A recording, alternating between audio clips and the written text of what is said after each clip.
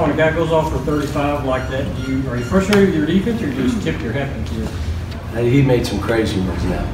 And Eric just said that he was one off the record from another kid that played against our team that I've coached. And how many did, what was the other kid, the Texas A&M kid? He scored 40 points. Oh, he scored 40. So I'm a pretty good defensive coach with high-scoring players. I was really impressed that we played as well as we did against the zone. Because you understand, again, we haven't spent much time on it based on we're trying to get to where we're comfortable how we're playing against man-to-man. The first half, I thought we had our chances to spread it out a little bit. We held them to 40%. Second half, I think we got tired. They were running us around, and guys just stopped. All of a sudden, they're shooting layups. But hats off. I thought Dan did a great job, and those kids made shots. Just one kid making shots. They made 19. So there were 9 others that we left corners. We did that 3 times. We left a corner, which if you know, for 10 years I've been here, we don't leave corners. This team leaves corners. You know, we started trapping late, and I guess the fans are looking at me like, why wouldn't you just start trapping this kid? And probably should have, but it won't be the last time or first time that you know, we need to play a little bit different. But again, I was happy for PJ, 19 and 19 or 18 and 19. I was happy for Reed. Quad A played really well. Quad A's playing good basketball right now. It really is. All right, Sam, you got questions? Jerry? What should we make that your guys did not get caught up in the three-point shooting contest? You guys seem to go inside and use your size. Yeah, they're trying. I mean, again, the only thing that bothered me a couple times is we had some ball stoppers versus the zone. The ball's got to fly around that court. But again, we haven't worked on it. And when it flew around the court, we either posted it easy against the spread defense or we got to drive. Look, we shot 50% and only had 11 turnovers. So, I mean, we did some good stuff. We shot 35% from the 3, and we still have a couple guys that can't make a 3 right now. But, you know, there was good. I mean, we have 18 offensive rebounds. We out-rebounded by 21 rebounds. I mean, there was some good here, except they went crazy on the 3s. Now, I've got to go and watch this tape and watch every single 3, because you guys that do the numbers, if you look historically from my time here, my guess is our three-point shooting defense is usually around 30%, 29, 31. Right now, we're probably at 40%. And so some of that is, if you ask me, how much have you worked on that? We haven't done much, and we haven't talked to them about it much. So now we're going to have to look and say, our league, everybody's shooting, they're making 10 threes, 9 threes, 8 threes, 7. The least amount is like 7. So if we go into a league and we cannot guard the 3, we're going to have problems. So thank goodness. What's the date? Is this still November? Tell me it's still November. November 18th. It is it barely? What is it? 18th. Okay, tomorrow's my daughter's birthday. It's not. Larry? It's not the 19th. It's the 20. It's the 23rd. I know when her birthday is. Except for that one tweet. I hope it's the 23rd. Let's hope you get it right. Yeah. Why are you laughing? Eric, you're supposed to be with me. You're not supposed to be that was all you on the tweet. John, what do you like about what he's doing now compared to, say, 2 weeks ago? I think he's really playing hard. I mean, he's really defending, he's trying. And then he has a knack offensively for making baskets. And if you put it in his hands, he'll normally, as long as it's not against a set defense, if that ball moves and he gets it and it's a 2-man game, something good is going to happen. And late in the game, he will make a shot and he will make free throws. He's proven that. So he's, you know, he's doing what we're asking. He's doing better every day. And he's in practice right now. My guess is he's working harder than anybody else. Go in the middle. You all ran a defensive set about midway through the first half or later than that, where your guards were denying the ball to the other guards with a big hand at the top. What forced you all to move away from that? Because you seem to be running them into shot blockers. Were you all fouling them too much, or what was going on there? No, we got tired. It's not like I changed what we were doing. We were trying to fight over those and wall up a little bit with the big. We were saying, let's not give them threes, make them bounce it. We're deflecting, we're getting turnovers. And then if you look, we end up creating only 13 turnovers. And my guess is at half, if they didn't make a three, they turned it over or we deflected. So, but again, it's the discipline that you need, this team doesn't have yet, of full possessions, of every trip down the floor. And it doesn't mean that they're not going to make a shot. They made 5 or 6, 7 shots that you're like, dude, that's almost at half court. But we had hands down, and we're talking in every huddle, you have to have your hands up on the guy. And his hands were down, and the kid was feeling it. I'll tell you what, hats off to him. He made 10 of 16. I haven't seen that. Back to Daryl. I'm curious where this team ranks in terms of forcing you to have defensive concentration for the full 30 seconds, and how hard that is for young guys to get a handle on that. Well, the biggest thing is, if we do what we normally do and they take 38 threes, they're going to make 10 of those, and you're getting runouts and layups, and the score is different. They just kept making them. And then, you know, we had a couple breakdowns late.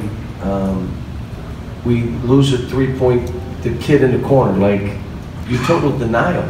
Why would you leave him? Why I had my hand up? Why did you leave him? Have you not watched the game? And then we come down and make an offensive error, which gives them a chance to beat us. It's a great lesson. It's a great lesson in that we still won. Like I told the guys after, when somebody makes 19 threes, you win that game. I don't care who it is. They made 19 threes and we won the game, which means offensively and rebounding and our post-up stuff, we did some good stuff. Like I said, we got a long way to go. This is, I hate to tell you, this is going to be a grind. And until we're a little out of, everybody's trying to establish themselves, which is a natural thing. And as they do that, it's hard to really be in sync defensively and even offensively at times. Jerry. Cal, what was your thinking on bringing Reed off the bench and EJ starting, and how did you think that played out?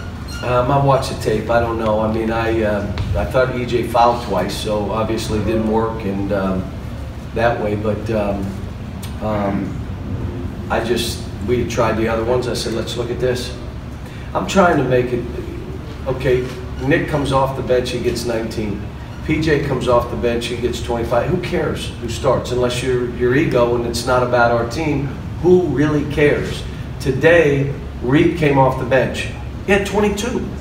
I mean, would you rather have 5 and start? Yeah, because I like that introduction. Really? You like the introduction? Yeah, the introduction. Did you see the introduction? They cheered for me. It's unbelievable.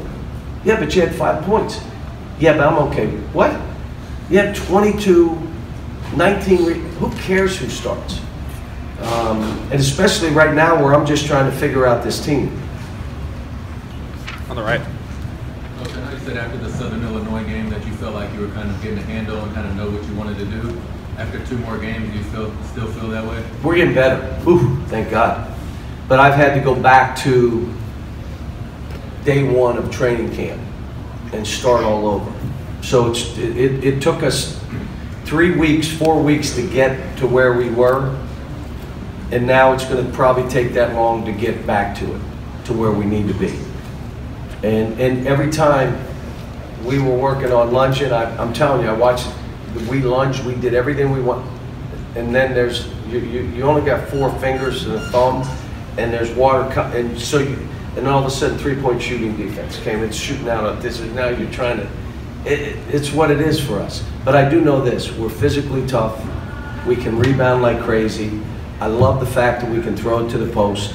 I love the fact that we're an offensive rebounding team. I'm going to say it again, we should be a better 3-point shooting team.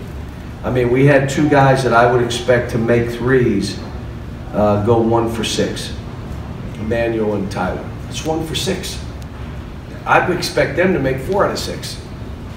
And so it's feeling comfortable and getting Tyler. I was begging him the whole game to shoot. They're in the zone, man, shoot it, catch it, and get ready to shoot. But this is a process, and then we can't. I wish we could skip steps. I tried. How'd that work? Doesn't work. Now we're back to where we need to be. Now, when somebody like PJ goes off for 18 rebounds, do you say, okay, son, that's your new standard? Why don't you ask him that? Is he coming out? He's coming out. Good. Is that your new standard? If I'm PJ, because what it shows is motor. It shows motor, okay? So if I'm PJ, I'm rebounding against 9 players. They're 5 and 4 of ours. That's just me. And what a great thing to be selfish about, wouldn't you say? Don't get everyone. But I'll tell you again, hard. Because you got to work, you got to fight, you're in there and battling people. And there's going to be guys who are going to just say, block out him on every possession. And early in the game, it's going to be a fight. As the game goes on, you'll get by a guy, get a couple, get a dunk, or you can say, this guy's never going to let me get by. That's that next level for he and Reed and EJ and even Nick. Last one here on the right. At the 5:30 mark in the first half, you guys went on a 12-0 run. 8 lead changes up at that point. It was a 1-point game. What were you guys able to do during that stretch to really put the... I'll have to watch. I thought we defended better. They missed some shots. We got some breakouts. I thought we had a steal, a run-through steal. We did some stuff. But I'll have to watch the tape. I mean, I knew we got the game stretched out, and it got to 19. And I'm thinking, okay, let's get this to 25, 30. All of a sudden, you turn around, it's 14, 13, then it's 12. What day? What in the world? And again, it's hard because I know we played pretty good against the zone. That's the first time we played against zone.